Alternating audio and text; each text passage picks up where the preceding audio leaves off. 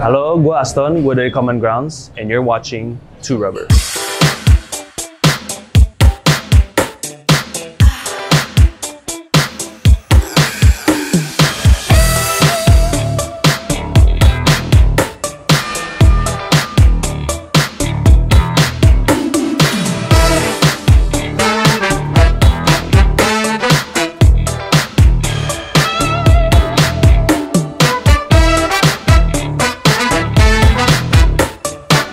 Nama gue Aston, gue salah satu founder di Common Grounds. Foundernya ada 4. Kebetulan saya yang lebih in charge untuk operationalnya Common Grounds, sama ekspansi dan marketing.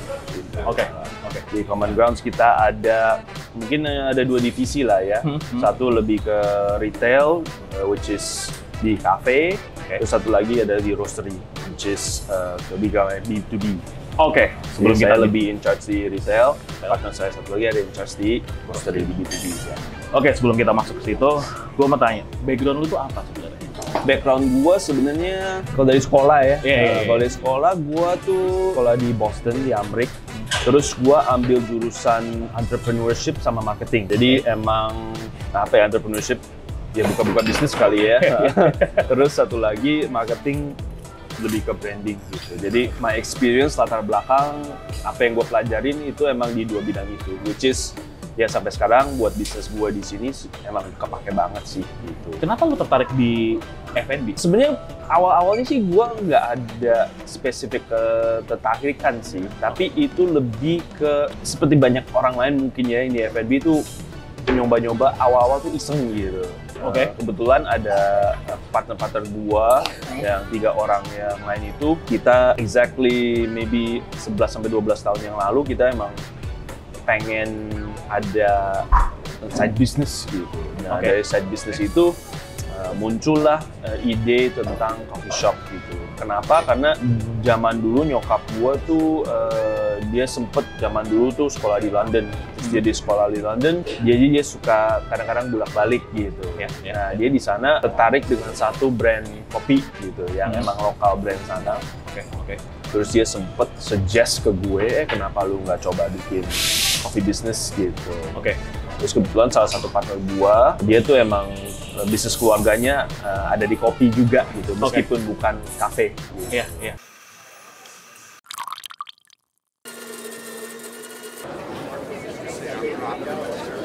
Nah dari sana, dari mulai nyoba-nyoba, dari iseng-iseng. Sebenarnya secara bisnis sih nggak terlalu jalan, cuman semakin waktu makin belajar dengan kopi, kita kayak agak masuk ke dalam jurang kopi gitu. Kayak ini sebelum CG? Sebelum CG. Sebelum CG lu udah pernah bisnis coffee shop? Jadi sebelum CG kita ada satu brand yang kita bikin di tahap-tahap awal.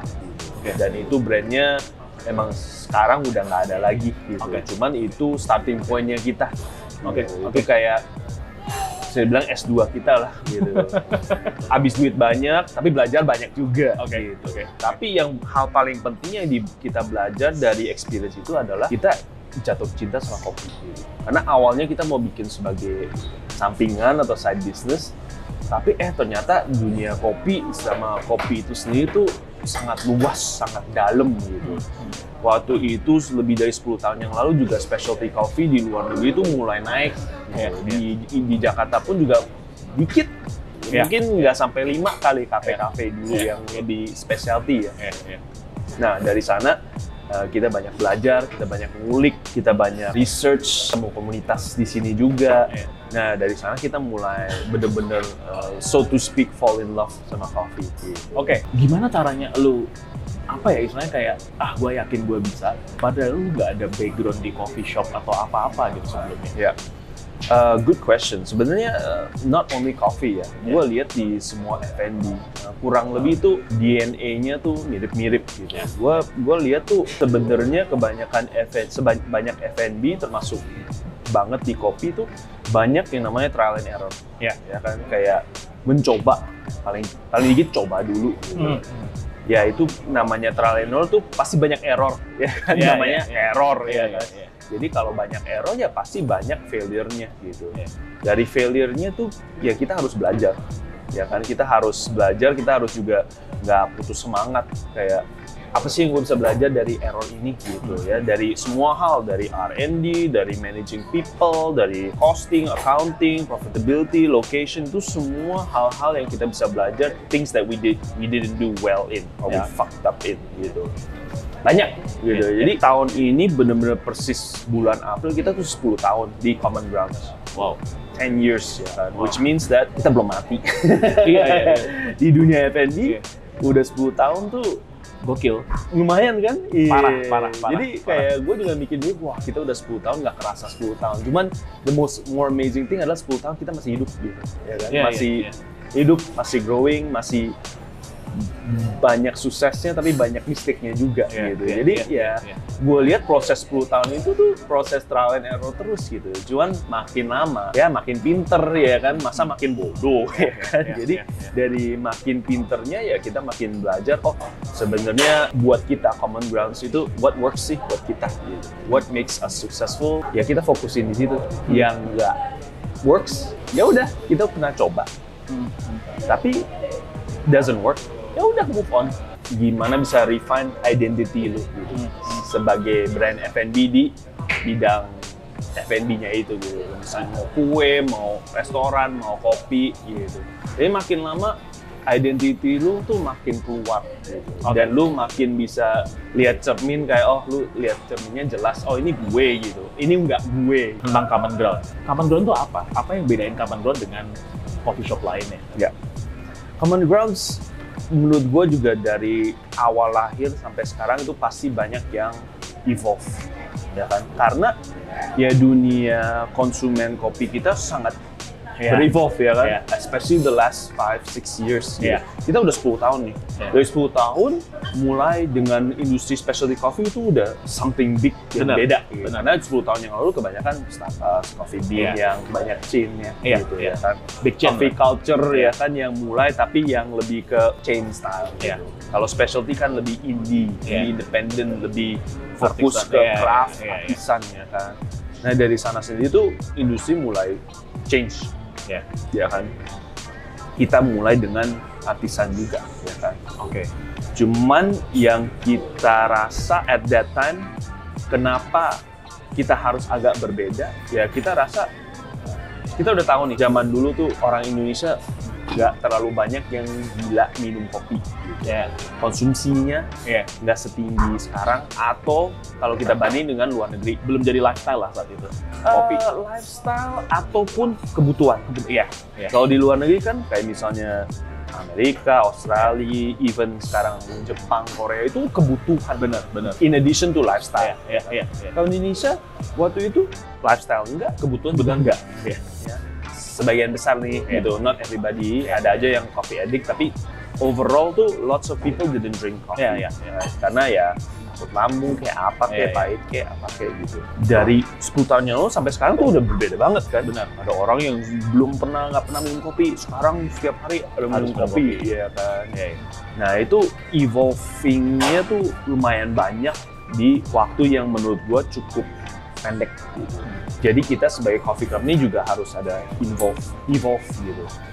Ditambah coffee shop kita evolve dan consumer evolve, ya kita juga harus 2 steps ahead of apa sih yang happening atau nge-trend ya kan gitu. Jadi kita selalu pikir awalnya coffee shop kita pertama brandnya fail, tapi kita tetap mau di bidang kopi. We love this business, we love the people, the community, the product. Kita tetap mau di kopi. Cuman apa sih sekarang coffee shops yang ada sekarang specialty yang belum offer apa gitu? Apa sih missing key-nya? At that time itu adalah makanan. Because back then coffee shops benar-benar fokus di kopi, ya kan? Dengan mungkin nge-copy model-model yang di luar yang emang cuma jual kopi dan snack-snack kecil-kecil. Nah kita at that time kita lihat wah kayaknya culture untuk brunch di Jakarta tuh hampir nggak ada. Kita sampai survei itu ada beberapa restoran yang ada brunch, tapi mereka tradisionalnya masih traditional restoran.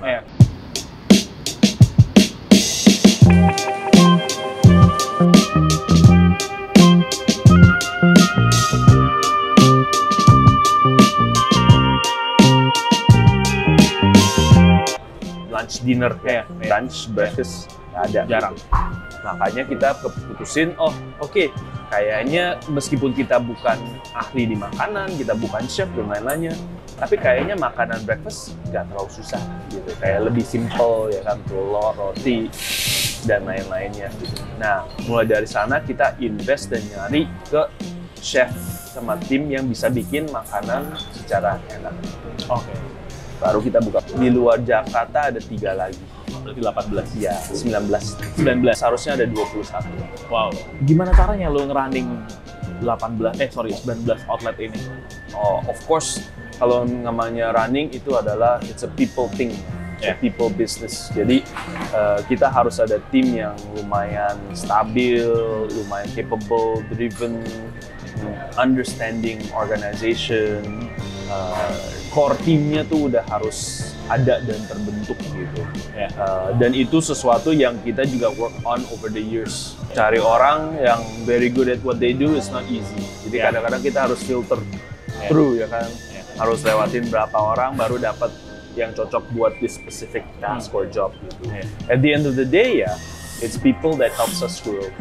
Jadi at the end of the day, I think sebagai brand yang udah 10 tahun, yang udah ada banyak pengalaman, mungkin ya brand awareness kita udah cukup baik ya di market Jakarta atau Indonesia. Jadi orang yang kalau misalnya kita buka di tempat baru, mungkin 60-70% orang yang lewat mungkin udah tahu. Oh ini Common Grounds gitu. Saya pernah coba di mana City Walk, Pondok Indah or whatever. Jadi they know what they're going to get gitu. Intinya kayak let's say ya kayak McDonald's atau siapa buka terus, you udah tahu. You mau ke McD di Bintaro atau di kurang lebih you udah dapet apa sih ekspektasinya sama ya kan. Kita sebagai company dari awal kita nggak pernah take a side on a political social or issue anything, or politics, social issue gitu. Kita pengen menjadi cafe yang sangat inklusif gitu. Jadi that's coming from either our customers and our staff, itu sama gitu. Jadi kayak when we hire, and gua tuh masih hire sendiri ya kan, buat barista dan manager. Kadang-kadang gue sehari bisa cuma interview 15 orang bro, serius, seharian gitu. Itu ya lots of people ya kan mau masih muda, udah agak berumur, cewek, cowok, dari suku mana, dari orientasi seksual gimana, itu gue nggak pernah lihat gitu. Karena gue merasa ya kalau you passionate about coffee, that's it, that's all I know, that's all I need to know. And menurut gue itu yang penting buat becoming successful in our business. Makanya gue merasa kita dari dulu emang nggak pernah ambil posisi gitu. Jadi kita juga nggak ngeh juga kalau misalnya ada impact atau enggak. To be honest with you ya. I always feel the customers that come to my place are the ones that come by choice, not because of political things or whatnot. Ya mereka merasa ya ngopi di Common Grounds atau makan di Common Grounds itu emang buat mereka udah paling cocok gitu. Jadi jarang gue ketemu customer pun juga ngomong soal these things juga gitu. They're just here, they want to enjoy their time, they want to work, they want to spend time with family. We provide them with a place yang nyaman gitu, with a quality product and quality service. That's all I care about, man, to be honest with you. Goals lu apa sih? Lu pengen punya berapa gerai atau goals apapun itulah di Common Ground ini? Secara business goals ya, kalau business goals sih kita udah cukup lumayan happy dengan brand kita, dengan kita punya what kita bisa achieve ya as a business.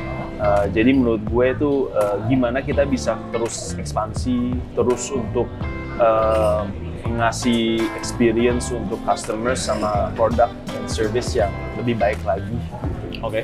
Dan lebih luas lagi gitu. Jadi ya plan-nya buat gue adalah untuk tetap ekspansi terus gitu. Karena menurut gue ada banyak tempat-tempat atau area-area di Jakarta yang ya masih butuh quality coffee shop juga gitu menurut gue ya.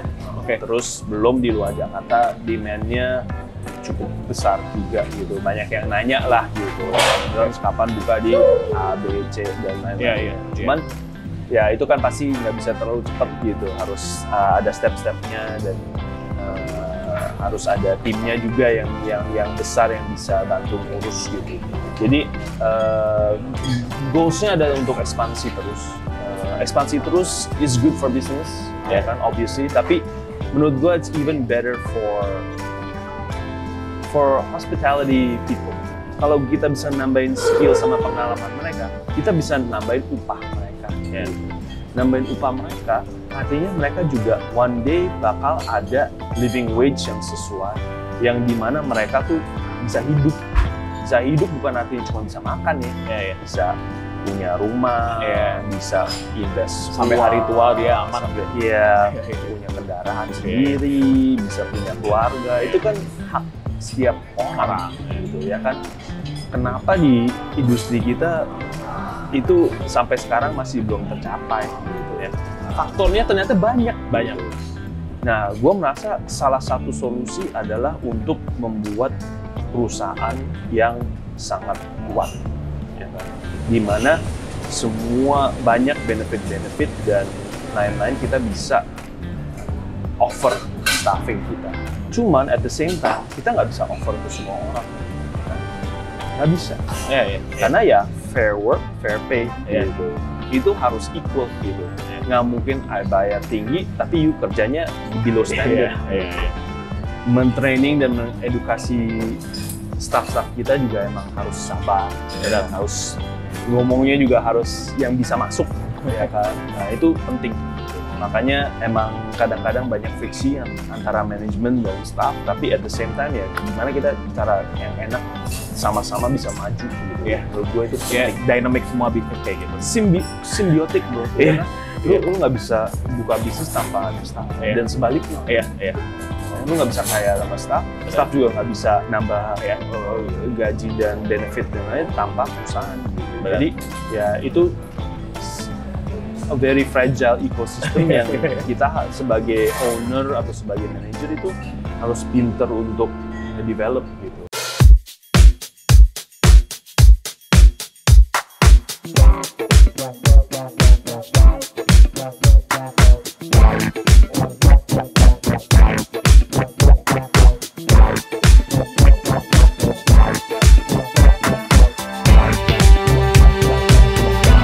Hi, thanks for watching. Don't forget to like, comment, subscribe to YouTube 2 Rubber yang karetnya 2.